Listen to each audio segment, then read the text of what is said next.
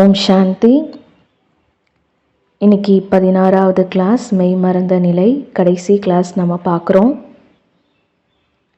ஒரு ஜென் துறவி எப்போவுமே காட்டுக்கு போய் தண்ணி எடுத்துகிட்டு வர்றது வழக்கம். அதே வழியாக தான் போவார். சேம் பக்கெட், அதே நீர், அதே நேரம். இந்த மாதிரி தினமும் அவர் காட்டுக்கு போய் அதே பக்கெட்டில் அதே நேரத்தில் அதே வழியை பயன்படுத்தி நதியிலிருந்து தண்ணி எடுத்துகிட்டு வராரு. இதை ஒரு மனிதர் தினமுமே பார்த்துட்டு ஒரு நாள் அவர்கிட்ட கேட்குறாரு, எனக்கு என்னமோ நீங்கள் தினமுமே ஒரே வேலையை செய்கிற மாதிரி தோணுது. இப்படி நீங்கள் செய்கிறதுனால உங்களை எல்லாரும் அறிவாளின்னு கூப்பிடுவாங்கன்னு நினைக்கிறீங்களா அப்படின்னு அவர் கேட்கும்போது அந்த ஜென் துறவி சொல்கிறாரு, முன்னாடி நான் தண்ணி இறைச்சிட்டு இருந்தேன், இப்போ தண்ணி இறைக்கப்படுது அப்படின்னு சொன்னார். அப்போ அந்த மனிதர் கேட்டார், இது ரெண்டுக்கும் என்ன டிஃப்ரென்ஸ், ஒரே மாதிரி தானே இருக்குது அப்படின்னு சொல்லும்போது ஜென் துருவி சொன்னார், எந்த பெரிய விஷயமும் கிடையாது, ஆனால் எதிர்ப்பு கைவிடப்பட்டுச்சு அப்படின்னு சொன்னார். அப்போது உயர்ந்த ஸ்திதி அப்படிங்கிறது நம்ம ஒரு விஷயத்தை அச்சீவ் பண்ணுறது கிடையாது. நமக்குள்ளே இருக்கிற எதிர்ப்பை நம்ம கைவிடுறது, அதுதான் உயர்ந்த அதிர்வலைகள், உயர்ந்த ஸ்திதின்னு நம்ம சொல்கிறோம். உயர்ந்த அதிர்வலைகளுக்கான அர்த்தம் நம்ம எல்லா விஷயத்தையும் அக்செப்ட் பண்ணிக்கிறது. நம்ம வாழ்க்கையில் நல்லது கெட்டது இகழ்ச்சி புகழ்ச்சி எல்லாமே இருக்கலாம். அது எல்லாத்தையுமே அக்செப்ட் பண்ணிக்கிறது தான் உயர்ந்த ஸ்திதியில் இருக்கிறது, அந்த ஸ்திதியை அனுபவம் பண்ணுறது. இன்னைக்கு கடைசி நாள் இந்த கிரேட் அன்லேர்னிங் மெய்மறந்த நிலையினுடைய கடைசி நாள் சூத்ரா. நம்ம ஃபஸ்ட்டு டே பார்த்தோம், கரேஜ் நாட் டு நோ. எனக்கு எதுவுமே தெரியாது அப்படிங்கிறது சொல்கிறதுக்கு ஒரு தைரியம் வேணும். நம்ம அதிலிருந்து நிறையா விஷயங்கள் எக்ஸ்ப்ளோர் பண்ணி இன்னைக்கு எதையுமே கற்றுக்காததுலேருந்து புதுசாக நம்ம நிறையா விஷயங்கள் கற்றுக்கிட்டோம். நம்ம எதையும் புதுசாக எடுத்துக்க வேண்டிய அவசியம் கிடையாது. என்னென்ன விஷயங்கள் நமக்கு சுமைகளை கொடுக்குதோ அதை நம்ம விட்டுடணும். அதுதான் கற்றுக்கொள்ளாமல் இருக்கிறதுன்னு அர்த்தம். இன்னைக்கான சூத்ராவோட டாபிக் உயர்ந்த அதிர்வலையினுடைய வாழ்வு, அதாவது உயர்ந்த ஸ்திதியில் இருக்கக்கூடிய வாழ்க்கை. இதில் 2 விதமான ஸ்திதி இருக்கு இல்லையா? ஒன்று தாழ்ந்த ஸ்திதி, இன்னொன்று உயர்ந்த ஸ்திதி. இந்த உலகத்துலேயே நிறைய வைப்ரேஷன்ஸ் இருக்குது. கடலினுடைய வைப்ரேஷன்ஸ் இருக்குது. இந்த உலகத்தில் கடலை போல் நிறையா வைப்ரேஷன்ஸ் இருக்குது. ஆனால் அதனுடைய ஃப்ரீக்குவன்சி எல்லாமே சேஞ்ச் ஆகுது இடத்துக்கு இடம். ஒவ்வொரு இடத்துக்கு போகும்போது அந்த ஒவ்வொரு இடத்தினுடைய அதிர்வெண்கள் மாறும் இல்லையா? நம்ம இதுக்காக எதையும் செய்ய வேண்டிய அவசியம் கிடையாது. இப்போ நீங்கள் ஒரு புனிதமான இடத்துல உள்ளே நுழையிறீங்க அப்படின்னா அப்போ உங்களுக்கு தானாகவே அந்த ஆற்றலினுடைய எழுச்சி நீங்கள் ஃபீல் பண்ணுவீங்க. அந்த நாள் முழுக்க அந்த இடம் நேரம் எல்லாத்துலேயுமே உங்களுக்கு ஆற்றலினுடைய அந்த எழுச்சி உங்களுக்குள்ள ஃபீல் ஆகும். அப்போ இதை தான் உயர்ந்த அதிர்வலைகள்னு சொல்கிறோம். நம்ம முழு நாளில் நிறையா நேரம் உயர்ந்த அதிர்வலைகளை நம்ம அனுபவம் செய்கிறோம். இப்போ நீங்கள் எப்போ தூங்கி எந்திரிக்கிறீங்களோ, தூங்கி எழுந்ததுக்கப்புறம் நீங்கள் இந்த உடல் இல்லை அப்படிங்கிற ஒரு உணர்வு உங்களுக்கு ஏற்படும். அப்போது வைப்ரேஷன் மேலே இருக்குது, உயர்ந்த அதிர்வலைகள் நமக்குள்ளே உருவாகுது. நீங்கள் ஒரு புனிதமான ஒரு நபரை பார்க்குறீங்க அப்படின்னா அவங்கக்கிட்ட நீங்கள் பேசும்போது அவங்க உயர்ந்தவங்களாக தெரிகிறாங்க. அவங்கக்கிட்ட இருந்து அந்த தெய்வீக அதிர்வலைகள் உங்களுக்கு ஏற்படும் போது அது ஒரு விதமான உயர்ந்த அதிர்வலைகள் உங்களுக்குள்ளே நிரம்புது. நீங்கள் அதை ரொம்ப நல்லா ஃபீல் பண்ணுறீங்க. ஒரு இறைச்சலான பிளேஸ்க்கு நீங்கள் போகிறீங்க, பொருட்கள் அங்கேயும் இங்கேயும் நிறைய செதறி கிடைக்குது. அப்போ அதை பார்க்கும்போது உங்களோட வைப்ரேஷன் ஸ்லோ ஆகுது. அதை எப்போ நீங்கள் ரிமூவ் பண்ணுறீங்களோ, ஒரு எக்ஸாம்பிள், உங்கள் ரூம்ஸை செக் பண்ணுங்கள். Accommodation hall, store room, living room, இந்த பொருட்கள் அப்படியே போட்டபடி இருந்தது, உங்களை சுற்றி கஜகஜன்னு கலைஞ்சிருந்தது அப்படின்னா உங்களுக்கு அதை பார்க்கும்போது உங்கள் வைப்ரேஷன் என்னாகும், ரொம்ப கம்மியாகும்.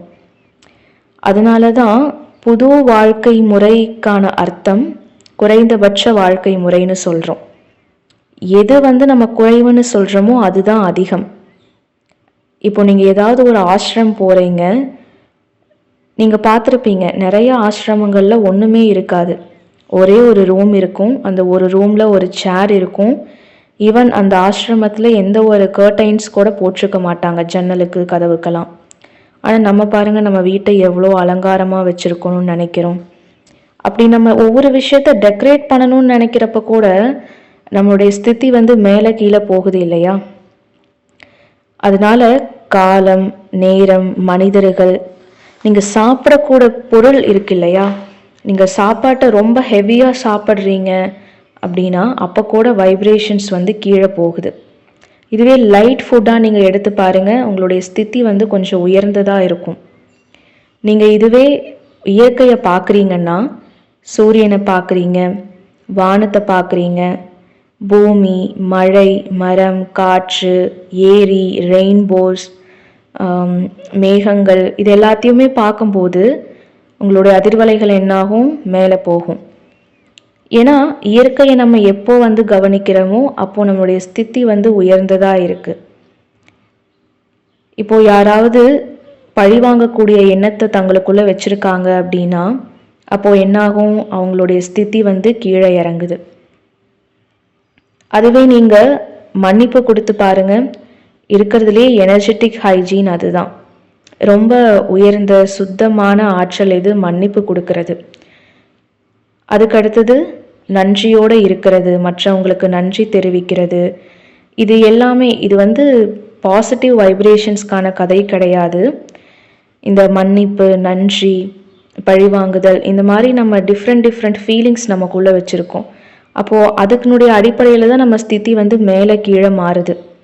யாருக்காவது ரொம்ப அன்பு காட்டுறீங்க, இறக்கப்படுறீங்க, சுயநலம் இல்லாத சேவை செய்கிறீங்க, இந்த மாதிரி ஃபீலிங்ஸ் உங்களுக்குள்ளே இருக்கும்போது என்னாகுது, உங்களுடைய மனப்பான்மை ரொம்ப உயர்ந்த ஸ்டேஜில் போகுது. இந்த எல்லா எக்ஸ்பீரியன்ஸ்லேயுமே முக்கியமான ஸ்டேஜஸ் என்ன, தாழ்ந்த ஸ்திதி, உயர்ந்த ஸ்திதி. யாராவது ரொம்ப சோகமாக இருக்காங்கன்னா அவங்களுடைய ஸ்திதி கீழே போயிடுது. நேற்று ஒரு டாக்டர் வந்திருந்தார், அவர் ஆக்சுவலாக ஆயுர்வேதா டாக்டர். ஆனால் அவர் எப்போவுமே சொல்கிறது என்னென்னா, எனக்கு சந்தோஷமே இல்லை, எல்லா டைமும் நான் ஒரு குறிக்கோள் இல்லாமல் இருக்கிற மாதிரி தோணுது, என்னோடய ஒர்க்ஸ் எல்லாமே பெண்டிங்கில் இருக்குது. அவர் நிறைய புக்ஸ் படிச்சிருக்காரு, ஆனால் அவருடைய மெடிக்கல் புக்ஸை கூட அவரால் இப்போ படிக்க முடியல. அவர் எதையோ இழந்த மாதிரி அவர் ஃபீல் பண்ணிகிட்டே இருந்தார், ரொம்ப ரெஸ்ட்லெஸ்ஸாக ஃபீல் பண்ணுறாரு, எனக்கு எதுவுமே செய்ய பிடிக்கலைன்னு சொன்னார். அவர் என்கிட்ட தொடர்ந்து ஒரே ஒரு விஷயத்தை தான் கேட்டுகிட்டே இருந்தார், எங்கே நல்ல மோட்டிவேஷன் கிடைக்கும். ஆனால் அவர் இப்படி இருக்கிறதுக்கான காரணம் அவருடைய பாஸ்ட், கடந்த கால விஷயங்கள் ஏதோ மனசில் அவர் உறுத்திட்டே இருக்குது, கடந்த கால விஷயங்களை உள்ளே வச்சுட்டே இருக்கார். அப்போ அவர் எப்போவுமே பார்க்குறதுக்கு டல்லாக இருக்கார், அவரால் எதையுமே செய்ய முடியல. நாட்கள் கடந்தது, வாரங்கள் கடந்தது, இப்படியே உருண்டோடிட்டே இருந்துட்டு கடைசியில் அவருக்கு எந்த ஒரு சந்தோஷமும் இல்லாத மாதிரி அவர் வாழ்க்கையே வேஸ்ட்டுங்கிற மாதிரி தான் நினச்சார். ஏன் இந்த மாதிரி ஸ்டேஜ் வருது அப்படின்னா அதுக்கான அர்த்தம் நாள்பட்ட மன அழுத்தம். நம்ம மனசுக்குள்ளே எப்போ ஒரு நீடித்த மன அழுத்தம் இருந்துகிட்டே இருக்கும், அது எந்த விஷயத்தை பற்றி வேணாலும் இருக்கலாம், நபர்களை பற்றி வேணா இருக்கலாம். நம்ம நேற்று பார்த்தோம் இல்லையா, இந்த நாள்பட்ட மன அழுத்தம் தான் நிறைய உடல் வியாதிகளுக்கு கூட காரணமாக இருக்குது. இந்த நாள்பட்ட அழுத்தம் எதனால் வருதுன்னா, எந்த ஒரு விஷயத்தை நமக்குள்ளே நம்ம ஃபோர்ஸ் பண்ணி திணிக்கிறோமோ அப்போ தான் இந்த மன அழுத்தம் நாள்பட்டதாக மாறிடுது. எப்போ நமக்குள்ளே அந்த ஃபோர்ஸ் பண்ணி இருக்கிற விஷயங்கள் எதிர்ப்பை உருவாக்குது, அந்த இடத்துல நம்மளுடைய வைப்ரேஷன்ஸ் ரொம்ப லோவாக ஆரம்பிச்சிருது. ஈவன் அன்பு கூட நிறைய கண்டிஷன்ஸ் போட்டு டிமாண்ட் வச்சு ஒருத்தருக்கு ஒருத்தர் அன்பு காமிச்சுக்கிறாங்கன்னா அந்த இடத்துல கூட ஸ்திதி கீழே போயிடுது. ஸோ அதனுடைய அடிப்படையில் தான் நம்ம சொல்கிறோம், ஒவ்வொரு விஷயத்துலேயும் தாழ்ந்த ஸ்திதி, உயர்ந்த ஸ்திதி எல்லாமே அடங்கி இருக்குது. அது கடைசியில் என்ன ஆகுது, விரக்தியாக மாறிடுது. பாபா கூட சொல்கிறார் இல்லையா, உயர்ந்த அதிர்வலைகளில் இருக்கணும், உயர்ந்த ஸ்தித்தியில் இருக்கணும். பாபா நமக்கு சொல்லித்தரார் உயர்ந்த ஸ்தித்தியில் எப்படி இருக்கணும் அப்படிங்கிறது. சரி, அதை நம்ம எப்படி அச்சீவ் பண்ணுறது உயர்ந்த ஸ்தித்தியில் இருக்கிறதுக்கு? இப்போது நீங்கள் மூச்சு விடுறீங்க, அந்த மூச்சு விடுறது நேச்சுரலான ஒரு விஷயம். நீங்கள் மூச்சு விடும்போது தான் உங்களுடைய உடல் வந்து ரிலாக்ஸாக இருக்கிறத நீங்கள் ஃபீல் பண்ணுறீங்க. அதே மாதிரி தான் உறவுகளில் எப்போ பேர்டன் இல்லையோ, எந்த ஒரு சுமையும் தாக்குறது இல்லையோ, அப்போ இந்த வேர்ல்டு ட்ராமா நம்மளை டிஸ்டர்ப் பண்ணாது இல்லையா? ஸோ ஒவ்வொருத்தரும் நம்ம ஒரு டிவைஸ் வச்சுருக்கோம், ஒவ்வொரு மெத்தடில் நம்மளுடைய வைப்ரேஷன்ஸை உயர்த்துறதுக்கு. ஆனால் அதுக்கான சில வழிகளை இப்போ நம்ம பார்க்கலாம்.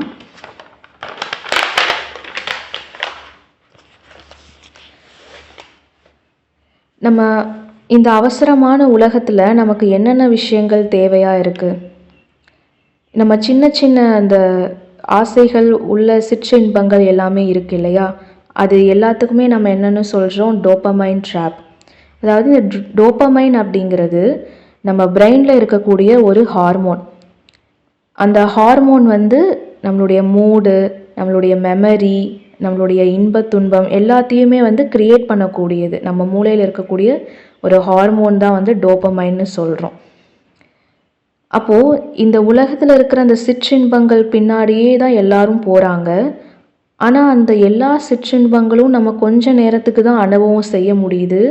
அதுக்கு பின்னாடி நம்ம பார்க்கும்போது மிகப்பெரிய சோகம், அந்த வாழ்க்கைக்கு பின்னாடி மிகப்பெரிய சுமைகள் இருக்குது. அப்போது இது எல்லாத்தையுமே தாண்டி எப்படி நம்மளுடைய ஸ்திதியை உயர்வானதாக மாற்றிக்க முடியும்? ஒரு ராஜா இருந்தார். அந்த ராஜா எப்போவுமே சந்தோஷமாக இருந்தார். காரணம், அவர்கிட்ட ஒரு மந்திரி, திறமையான மந்திரி இருந்தார். அவருடைய செயல்களை பாராட்டி அந்த ராஜா ஒரு குதிரை கொடுத்தாரு. ஆனால் அந்த குதிரை பார்க்குறதுக்கு ரொம்ப உடல் சோர்வாக இருந்தது. அந்த குதிரைக்கு சரியாக சாப்பாடு போடலை, ரொம்ப ஒல்லியாக ஒரு மாதிரி பலம் இழந்து தான் அந்த குதிரை இருந்தது. ஆனால் அந்த குதிரையை அந்த மினிஸ்டர் வாங்கிட்டார். வாங்கினதுக்கப்புறம் அந்த குதிரை மேலே ஏறி அந்த குதிரையை பயணம் போகிறதுக்காக அந்த குதிரையை உதைக்கிறாரு.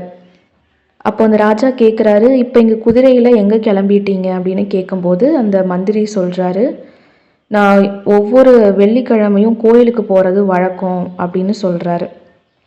உடனே அந்த ராஜா, சரி வெள்ளிக்கிழமை தானே கோயிலுக்கு போவீங்க, இன்னைக்கு திங்கக்கிழமை தானே அப்படின்னு சொல்லும்போது அந்த மந்திரி என்ன சொல்கிறாரு, இப்போ நான் இந்த குதிரையை ஓட்டிகிட்டு போனாதான் நான் ஃப்ரைடே நான் கோயிலுக்கு போய் சேர முடியும் அப்படின்னு சொல்லியிருக்காரு. அதே மாதிரி தான் நம்ம வாழ்க்கை கூட. இப்போ நம்ம இந்த உயர்ந்த ஸ்திதியை உருவாக்கிக்கிறதுக்கு ஸ்டார்ட் பண்ணாதான் நம்மளால் ரீச் பண்ண முடியும் ஒரு பாயிண்ட் ஆஃப் டைமில். ஏன்னா இந்த உடல் கூட ஒரு குதிரை மாதிரி தான் இல்லையா? அப்போது நம்ம சில விஷயங்கள் பார்க்கலாம் உயர்ந்த ஸ்திதியை உருவாக்கிக்கிறதுக்காக. முதல் விஷயம் என்னென்னா, ஃபஸ்ட்டு உங்கள் ரூமை நீங்கள் க்ளீன் பண்ணணும். என்னென்ன பொருட்கள் விஷயங்கள் ஒழுங்கினமாக இருக்கோ, இப்போ kitchen, garden, living room, rest room, இதில் என்னென்ன விஷயங்கள் எல்லாமே அழுக்காக இருக்கோ அந்த அழுக்கு எல்லாத்தையுமே நீங்கள் சுத்தம் பண்ணிவிடுங்க. உங்கள் மொபைலில் கூட தேவையில்லாத ஆப்ஸ் வச்சுருப்பீங்க இல்லையா, யூஸ் பண்ணாத ஆப்ஸ், அது எல்லாத்தையுமே அன்இன்ஸ்டால் பண்ணிவிடுங்க. அண்ட் லாஸ்ட் விஷயம் என்னென்னா, கம்ப்யூட்டர் ஸ்க்ரீன். உங்கள் கம்ப்யூட்டர் ஸ்க்ரீனில் கூட நிறைய ஷார்ட்கட்ஸ் வச்சுருப்பீங்க. அந்த ஷார்ட்ஸ் கூட நம்ம யூஸ் பண்ண மாட்டோம், அதை கூட நம்ம டெலீட் பண்ணிடலாம். இது முதல் விஷயம். அதாவது உயர்ந்த ஸ்திதி, அந்த உயர்ந்த அதிர்வலைகளை நம்மளை சுற்றி உருவாக்கிக்கிறதுக்காக நம்ம வீட்டை சுத்தம் பண்ணுறது. நெக்ஸ்ட்டு ரெண்டாவது விஷயம் ரொம்ப முக்கியம், உணவு. நீங்கள் எந்த அளவுக்கு ரொம்ப ஹெவியாக உணவு சாப்பிட்றீங்களோ உங்களுடைய வைப்ரேஷன் கீழே போயிடும். இதுவே குறைவாக சாப்பிடுங்க, உங்கள் வைப்ரேஷன் மேலே உயர்ந்து இருக்கும். அதே மாதிரி ரொம்ப ஹைஃபையாக ஒரு ஹெவியான ஃபுட்ஸ் நீங்கள் கன்சியூம் பண்ணும்போது என்ன ஆகும்னா, ஆட்டோமேட்டிக்காகவே அந்த அதிர்வலைகள் தாழ்ந்து தான் மாறிடும். அதனால் நல்ல நல்ல ஃப்ரூட்ஸ் எடுத்துக்கோங்க. கலர்ஃபுல்லாக ஃப்ரூட்ஸ் இருக்குது இல்லையா, அந்த நல்ல நல்ல பழங்கள் எல்லாமே விற்குது. அந்த நல்ல பழங்களை நம்ம வாங்கி சாப்பிடணும். ஆனால் அதை எப்படி சாப்பிடணும்? ஒரு நன்றி உணர்வோட அன்பாக அந்த பழங்களை வந்து நம்ம எடுத்துக்கும் போது நம்ம வைப்ரேஷன் என்னாகும், உயர்ந்த ஸ்டேஜுக்கு போகும். 3வது விஷயம் இயற்கை. நம்ம சுற்றி எப்போவுமே இயற்கையோடு தான் நம்ம வாழ்கிறோம். அப்போ அந்த இயற்கையை நீங்கள் பாருங்கள், இயற்கையோடு உங்கள் வாழ்க்கையை அமைச்சுக்கோங்க. அப்போ உங்கள் வைப்ரேஷன்ஸ் வந்து மேலே இருக்கும். நான் நிறையா மனிதர்களை பார்த்துருக்கேன். அவங்க எப்போவுமே வந்து இயற்கையோடு இருப்பாங்க. அவங்களுடைய வைப்ரேஷன்ஸ் ரொம்ப உயர்ந்ததாக இருக்கும். நீங்கள் ஈவன் ஏதாவது ஒரு புனித ஸ்தலத்துக்குள்ளே உள்ள நுழையிறீங்க அப்படின்னா கூட எந்த ஒரு சவுண்ட் இருக்காது, மனிதர்கள் அதிகமாக இருக்க மாட்டாங்க, வண்டி வாகனங்களுடைய சத்தம் இருக்காது. இந்த மாதிரி இருக்கிற இடத்துல கூட இயற்கை சூழ்ந்த இடத்துல இருக்கும்போது நம்ம வைப்ரேஷன்ஸ் வந்து உயர்ந்த ஸ்டேஜில் இருக்கும். 4வது விஷயம் அமைதி மற்றும் தனிமை. நிறைய மனிதர்கள் வந்து அவங்கள சுற்றி எப்போவுமே பீப்புள் இருந்துக்கிட்டே இருப்பாங்க. ரொம்ப சிரித்து பேசுவாங்க. காலையிலேருந்து நைட்டு வரைக்கும் யார்கிட்டையாவது அதிகமாக எதையாவது பேசிகிட்டே இருப்பாங்க. ரொம்ப எக்ஸ்ட்ரோவர்ட்டாக இருப்பாங்க வெளிப்படையாக. அப்போ இப்படி இருக்கும்போது அந்த இடத்துல தனிமையும் அமைதியும் எப்படி அனுபவமாகும், வைப்ரேஷன்ஸ் உயர்ந்த ஸ்டேஜில் எப்படி இருக்கும்? அப்போ எப்போ நம்ம அந்த அமைதியிலையும் தனிமையிலையும் உட்கார்றோமோ அப்போ நம்மளுடைய வைப்ரேஷன்ஸ் வந்து ரொம்ப உயர்ந்த ஸ்டேஜில் இருக்கும். 5வது விஷயம் மெடிடேஷன், தியானம். நீங்கள் எந்த அளவுக்கு இந்த உடலற்ற நிலையை அனுபவம் செய்கிறீங்களோ அப்போ உங்களுடைய ஸ்திதி வந்து உயர்ந்ததாக இருக்கும். எப்போ இந்த உடல் உணர்வில் வரீங்களோ அப்போ உங்களுடைய ஸ்திதி வந்து கீழானதாக மாறிடும். அப்போ அதனால என்ன பண்ணுங்க, சூட்சும வதனத்துக்கு போங்க, பரந்தாமத்துக்கு போங்க, சிவ பாபா கிட்ட இருந்து எல்லா சக்திகளையும் அடையுங்க. அப்போ அந்த வைப்ரேஷன்ஸ் என்னாகும், உயர்ந்ததாக மாறிடும். ஏன்னா நம்ம ஒருத்தர்கிட்ட கனெக்ஷன் வைக்கிறோம் இல்லையா. 6வது விஷயம் எண்ணங்கள் மற்றும் உணர்ச்சிகள். நம்ம எண்ணங்களுக்குள்ளே எப்பயாவது ஃபைட் நடந்துக்கிட்டே இருக்குது. அதாவது எப்பயாவது இல்லை, கண்டினியூஸாக வந்து ஒவ்வொரு எண்ணங்களுக்கிடையே ஒரு பிரச்சனை நடந்துக்கிட்டே இருக்கும். இது சரி, இது தப்பு, இது செய்யலாமா வேண்டாமா, இந்த மாதிரி நம்ம எண்ணங்கள் உணர்ச்சிகள் நம்ம வந்து போயிட்டே இருக்கு இல்லையா. அதுக்கு கவனம் கொடுக்க கொடுக்க என்ன ஆகுதுன்னா ரொம்ப வைப்ரேஷன்ஸ் வந்து கீழே போயிடுது. ஒன்று கடந்த காலத்தை பற்றி நம்ம யோசிச்சுட்டே இருக்கோன்னா நம்ம வைப்ரேஷன்ஸை உயர்ந்ததாக மாற்ற முடியாது, அந்த ஃபீல்டுக்குள்ளே என்டர் ஆகவே முடியாது. அதனால் கடந்த கால விஷயம், எதிர்ப்பு, இல்லை மனசோர்வு, சோகம், மகிழ்ச்சி, குறிக்கோள், நான் இதை பண்ணணும், நான் அதை பண்ணணும், இந்த மாதிரி எதையுமே நீங்கள் யோசிக்கவே வேண்டாம். இப்படி நீங்கள் யோசிச்சுட்டே இருந்தீங்கன்னா உங்களுடைய ஸ்திதி வந்து உயர்ந்ததாக ஆக்கவே முடியாது. உயர்ந்த ஸ்திதியை வந்து கொண்டுட்டு வரத்துக்கு எக்ஸ்ட்ராடினரியாக நம்ம எதுவுமே செய்யணுங்கிற அவசியம் கிடையாது.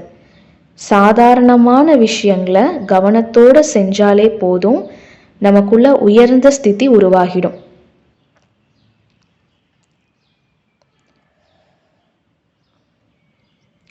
ஒரு எக்ஸாம்பிள், நம்ம ஏதாவது ஒரு பிரச்சாரம் பண்ணுறோம் அப்படின்னா அதை வந்து நம்ம வெளிப்படையாக செய்கிறோம் இல்லையா.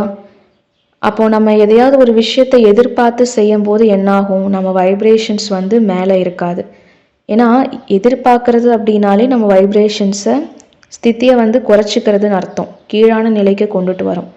அதனால் எந்தெந்த விஷயங்கள் எப்படி இருக்கோ அதை அப்படியே ஏற்றுக்கும் போது நம்மளுடைய வைப்ரேஷன்ஸ் வந்து உயர்ந்த ஸ்டேஜில் இருக்கும். ஈவன் நீங்கள் அமிர்த வேலை யோகா பண்ணுறீங்க, கிளாஸ் கேட்குறீங்க, முரளி கிளாஸ், ஆனால் இதை ஒருத்தங்க சொல்லி நீங்கள் செய்கிறீங்கன்னா அந்த இடத்துல உங்களுடைய ஸ்திதி வந்து உயர்ந்ததாக இருக்காது. ஒன்று நல்லா புரிஞ்சுக்கோங்க, கட்டாயப்படுத்திய வாழ்க்கை, அது வந்து ஆன்மீக வாழ்க்கையாக இருக்கலாம், சாதாரண வாழ்க்கையாக இருக்கலாம். கட்டாயப்படுத்தி இவங்க சொன்னாங்க நான் அமிர்த வேலை யோகா பண்ணுறேன், இவங்க பார்க்குறாங்க நான் முரளி கிளாஸ் கேட்குறேன், இவங்க சொன்னாங்க நான் வந்து பாபா சர்வீஸ் பண்ணேன், இந்த மாதிரி கட்டாயப்படுத்தி நீங்கள் ஒரு லைஃப்பில் என்டர் ஆகுறீங்க ஆன்மீக வாழ்க்கையில். அந்த ஆன்மீக வாழ்க்கையை நீங்கள் வாழ்கிறீங்கன்னா அது வந்து இறந்து போன ஒரு வாழ்க்கைக்கு சமம். கட்டாயப்படுத்தி நீங்கள் ஒரு விஷயத்தை செய்கிறீங்க அப்படிங்கும்போது, அதனால் எந்த ஒரு விஷயத்தையும் நீங்கள் கட்டாயத்தோடு செய்ய வேண்டாம். நீங்கள் ஈஸியாக நீங்கள் அதை புரிஞ்சுக்கிட்டு ரியலைஸ் பண்ணி அந்த விஷயத்தை செய்யுங்க. அப்போ தான் அந்த விஷயத்தில் எந்த ஒரு பிரச்சனையும் இருக்காது. நீங்கள் கட்டாயப்படுத்தி முரளி கேட்குறீங்க, இவங்க சொல்கிறாங்க அதனால் நான் முரளி கேட்குறேன், யோகா பண்ணுறேன், சர்வீஸ் பண்ணுறேன்னா அது ரொம்ப நீங்கள் டிப்ரெஷனில் போயிடுவீங்க. நீங்கள் வந்து முன்னேறவே முடியாது, கடைசி வரைக்கும் அப்புறம் அப்படியே தான் இருக்க முடியும். ஆன்மீக வாழ்க்கை உங்களுக்கு மகிழ்ச்சியவே தராது. இருக்கிறதுலையே பெஸ்ட் மெத்தட் என்னன்னா, ஹை வைப்ரேஷன்ஸ் கொண்டுட்டு வர்றதுக்கு டான்ஸ் ஆடுறது, பாட்டு பாடுறது, ஓடுறது, செலிப்ரேஷன் பண்ணுறது. நம்ம வாழ்க்கையை வந்து ஒவ்வொரு நொடியும் வந்து கொண்டாடிக்கிட்டே இருக்கணும். கொண்டாட்டம் கூட வந்து நம்ம எப்போயுமே உயர்ந்த ஸ்திதியில் வச்சுருக்கோம். நீங்கள் எப்போல்லாம் எந்த விஷயத்த அதிகமாக வந்து எதிர்பார்க்குறீங்களோ அப்போ உங்களுக்கு அதிகமான சர்ப்ரைசஸும் இருக்கும். நீங்கள் எதிர்பார்ப்புகள் வந்து வச்சுட்டே இருக்கீங்கன்னா நீங்கள் மரணத்தை தான் சந்திக்க முடியும் அந்தந்த விஷயங்களில். அதனால் எந்த ஒரு டிமாண்டும் இல்லாத ஒரு வாழ்க்கை, யார்கிட்ட இருந்தும் எதையும் எதிர்பார்க்காத ஒரு வாழ்க்கையை நீங்கள் வாழும்போது தான் அந்த உயர்ந்த ஸ்திதியில் நீங்கள் வாழ முடியும். மகிழ்ச்சியாக இருக்கிறது அப்படிங்கிறதுக்கான அர்த்தம் வாய் விட்டு சத்தமாக சிரிக்கிறது கிடையாது. எப்போ நதி வந்து ஸ்மூத்தாக எந்த ஒரு தடையும் இல்லாமல் அந்த நதி ஓடிட்டே இருக்கோ அப்போ தான் அந்த நதியினுடைய வாழ்க்கை நல்லா இருக்குன்னு சொல்ல முடியும். அதே மாதிரி தான் நம்ம வாழ்க்கையிலையும் நிறைய இமோஷன்ஸ் இருக்குது, பிரச்சனைகள் இருக்குது. ஆனால் நம்ம எதிர்பார்ப்புகள் எந்த ஒரு மனிதர்கிட்ட இருந்தும் விஷயங்களில் இருந்து நம்ம எதிர்பார்ப்புகள் இல்லாமல் இருக்கிறோமோ அப்போதான் நம்ம லைஃப் கூட ரொம்ப ஸ்மூத்தாக இருக்கும், எந்த ஒரு தடைகளும் இல்லாமல். இது வந்து அது ஆன்மீக வாழ்க்கை இல்லாத வாழ்க்கை அப்படிங்கிறதெல்லாம் கிடையாது. இதில் எந்த ஒரு கேட்டகரைசேஷனும் கிடையாது. எந்த வாழ்க்கையாக இருந்தாலும் எக்ஸ்பெக்டேஷன்ஸ் இருக்கக்கூடாது. எதிர்பார்ப்புகள் இருந்ததுன்னா அப்போது உயர்ந்த ஸ்திதியில் நம்மளால் இருக்க முடியாது, நம்ம லைஃப் வந்து ஸ்மூத்தாக இருக்காது. ஈவன் நீங்கள் அந்த ஹை வைப்ரேஷன்ஸ் கொண்டுட்டு வரதுக்கு சில விஷயங்கள் இன்னும் பண்ணலாம், படிக்கலாம் நம்ம. அதாவது பிகே லிட்ரேச்சர், நம்ம பிகேஸ் புக் வந்து படிக்கிறது இருக்கட்டும், அதை வந்து நம்ம தினமுமே நம்ம பண்ணுறோம். அது இல்லாமல் நிறைய மனிதர்களுடைய நல்ல நல்ல புக்ஸ் இருக்குது, மோட்டிவேஷன் புக்ஸ். அதை வந்து நீங்கள் படிக்கும்போது உங்களுடைய ஸ்திதி வந்து உயர்ந்ததாக நீங்கள் வச்சுக்க முடியும். அடுத்து ஒரு நாளில் அட்லீஸ்ட் ஒரு பேஜ் அழகான கையெழுத்தில் நீங்கள் எழுதுங்க. இந்த ப்ராக்டிஸ் நீங்கள் கொண்டுட்டு வரும்போது அது வந்து கவிதையாக இருக்கலாம், கட்டுரையாக இருக்கலாம், இல்லை சுயசரிதையாக இருக்கலாம், மற்றவர்களுடைய சுயசரிதையாக இருக்கலாம், என்னவா வேணாலும் நீங்கள் எழுதுங்க. ஒரு நாளில் ஒரு புக்கில் ஒரு பேஜ் நீங்கள் ஃபுல்லாக அழகான கையெழுத்தில் எழுதி பாருங்கள். அப்போது உங்களுக்கு வந்து உயர்ந்த ஸ்திதி இருக்கும். அடுத்து நீங்கள் ஒரு புது மொழியை நீங்கள் கற்றுக்கும் போது ஆட்டோமேட்டிக்காக நீங்கள் ஒரு ஹை வைப்ரேஷன்ஸில் போக முடியும். கண்டிப்பாக அதில் ஏதாவது ஒரு தடைகள் பிரச்சனைகள் இருக்கலாம், சோர்வு ஏற்படலாம். ஆனால் அதை நீங்கள் கற்றுக்க அந்த விதைகளை நீங்கள் புதுசாக தூவ என்ன ஆகும், புது விஷயங்கள் நல்லதாக வந்து அது முளைச்சிக்கிட்டே இருக்கும். அப்போ நம்ம வாழ்க்கை வந்து டல் லைஃபாக இருக்காது. நம்ம நேற்று கூட ஒரு ஸ்டோரி பார்த்தோம் இல்லையா, ஒரு சீடர் வந்து சொல்கிறாரு, 20 வருஷமாக நான் வந்து தியானத்தில் எக்ஸ்பீரியன்ஸ்டு, ஆனால் எனக்கு வந்து எந்த அனுபவமும் இல்லை அப்படின்னு சொல்லும்போது குரு சொன்னார், ஆமாம் நீங்கள் 1 வருஷம்தான் வந்து தியானத்தை எக்ஸ்பீரியன்ஸ் பண்ணியிருக்கீங்க, 19 தடவை அப்படின்னு சொன்னார். நம்ம என்ன பண்ணுறோம், டே டு டே லைஃப்பில் நான் ஆத்மா நான் ஆத்மா நான் ஆத்மா இதையே நம்ம சொல்லிகிட்டே இருக்கோம். இதையே தொடர்ந்து நம்ம சொல்லும் போது நம்ம உடல் என்ன சொல்லும், நான் உடல் அதை மட்டும்தான் சொல்லும். நம்ம ஒரு சிலரை பார்க்கும்போது அவங்க சந்தோஷமா இருந்தாங்கன்னா நம்ம என்ன சொல்றோம், இல்லை அவங்க சோகமா இருக்காங்க, இவங்க ஞானி அவங்க அஞ்ஞானி. அப்போ நாமளே வந்து ஒரு சில விஷயத்துல கன்வின்ஸ் பண்ணிக்கிறோம், நான் வந்து சந்தோஷமா இருக்கேன், நான் ஆத்மாவா இருக்கேன், நான் இப்படி இருக்கேன் அப்படி இருக்கேன்னு நம்ம சொல்லும்போது அதுல வந்து மகிழ்ச்சி இருக்கிறது இல்லை. அதனால உயர்ந்த ஸ்திதி கொண்டுட்டு வரதுக்காக நிறைய புது விஷயங்களை கற்றுக்கோங்க. இன்னைக்கு நம்ம மெய்மறந்த நிலையினுடைய கடைசி நாள் கிளாஸ் நம்ம பார்த்துட்டோம். நம்ம இது வரைக்கும் நிறையா பாயிண்ட்ஸ் பார்த்துட்டோம் இல்லையா. இந்த 16 நாளில் முதல் நாள்லேருந்து என்னென்ன பார்த்தோம், எனக்கு எதுவுமே தெரியாது அப்படின்னு சொல்லக்கூடிய அந்த தைரியம் இருக்கணும். 2 கடன் வாங்கிய உண்மைகளை விடுவித்தல். 3 முடிவு செய்யாமல் பார்ப்பது. 4 மனதை நிபந்தனைகளிலிருந்து விடுவித்தல். 5 அறிவிலிருந்து குழந்தை தன்மைக்கு மாறுதல். 6 மௌனம் ஒரு ஆசிரியர். 7 நம்பிக்கையிலிருந்து விடுதலை. 8 பற்றுதலும் பாகுபாடுமின்றி சாட்சியாகி இருப்பது. 9 அகங்காரத்தின் உறுதித்தன்மையை அகற்றவும். 10 சிந்தனைக்கு அப்பாற்பட்ட நுண்ணறிவு. 11 அனுபவத்தில் வெளிப்படும் உண்மை. 12 அறிவுடன் கூடிய வெறுமை. 13 அகங்காரமற்ற விழிப்புணர்வு. 14 அனுபவங்களால் சுமக்கப்பட்ட மனதின் மரணம். 15 உள்ளதை பார்ப்பது. இன்னைக்கு 16வது கிளாஸ்ல உயர்ந்த ஸ்திதியில வாழ்வது. நம்ம நிறைய விஷயங்கள் கத்துக்கிட்டோம். நம்ம த கிரேட் அன்லேர்னிங் கிளாஸ், மெய்மறந்த நிலை, கற்றுக்கொள்ள பழையதை விடுத்து புதிய விஷயங்களை நம்ம இந்த ஃபுல் சீரியஸ்ல நம்ம கத்துக்கிட்டோம். நம்ம ஒவ்வொரு விஷயத்துல இருந்துமே நமக்கு ஒவ்வொரு வைப்ரேஷன்ஸ் கிடைக்குது. அது வார்த்தைகளா இருக்கலாம், துணிகளா இருக்கலாம். இப்போ நீங்க ஒவ்வொரு நாளும் ஒவ்வொரு துணி நீங்க உடுத்துறீங்க. அந்த நீங்க டிஃப்ரெண்ட் துணியை நீங்க போடும்போது என்ன ஆகுது, அதுல இருந்து கூட உங்களுக்கு வைப்ரேஷன்ஸ் கிடைக்குது இல்லையா? அதே மாதிரி தான் நிறைய டிஃப்ரெண்ட் பிளேசஸ், நிறைய டிஃப்ரெண்ட் ஆக்ஷன்ஸ் நீங்க செய்யும் போது புது புது எண்ணங்கள், புது உணர்ச்சிகள், ஒவ்வொரு விஷயத்துல இருந்தும் நமக்கு அந்த அதிர்வலைகள் ஏற்படுது. ஏன்னா வாழ்க்கை அப்படிங்கிறது ஒரு மெகா எக்ஸ்பிரிமெண்ட். அதனால நிறைய விஷயங்களை முயற்சி பண்ணுங்க, கம்பேர் பண்ணுங்க, கான்ட்ராஸ்ட் பண்ணி பாருங்க, செக் பண்ணுங்க, சேஞ்ச் பண்ணுங்க, கத்துக்கோங்க. அதே மாதிரி கத்ததை நீங்க விட்டுடணும். என்னென்ன கத்ததை நீங்க விட்டுடணும்? பழைய விஷயங்கள், எந்தெந்த விஷயங்கள் உங்களுடைய ஸ்திதியை கீழே தழுதோ, எந்தெந்த விஷயங்கள் உங்களுக்கு சுமைகளா அனுபவம் ஆகுதோ அந்த விஷயங்களை விட்டுடணும். அதுக்கு பதிலா நல்ல நல்ல புது விஷயங்களை நீங்க கத்துக்கணும். நல்லது. ஓம் சாந்தி.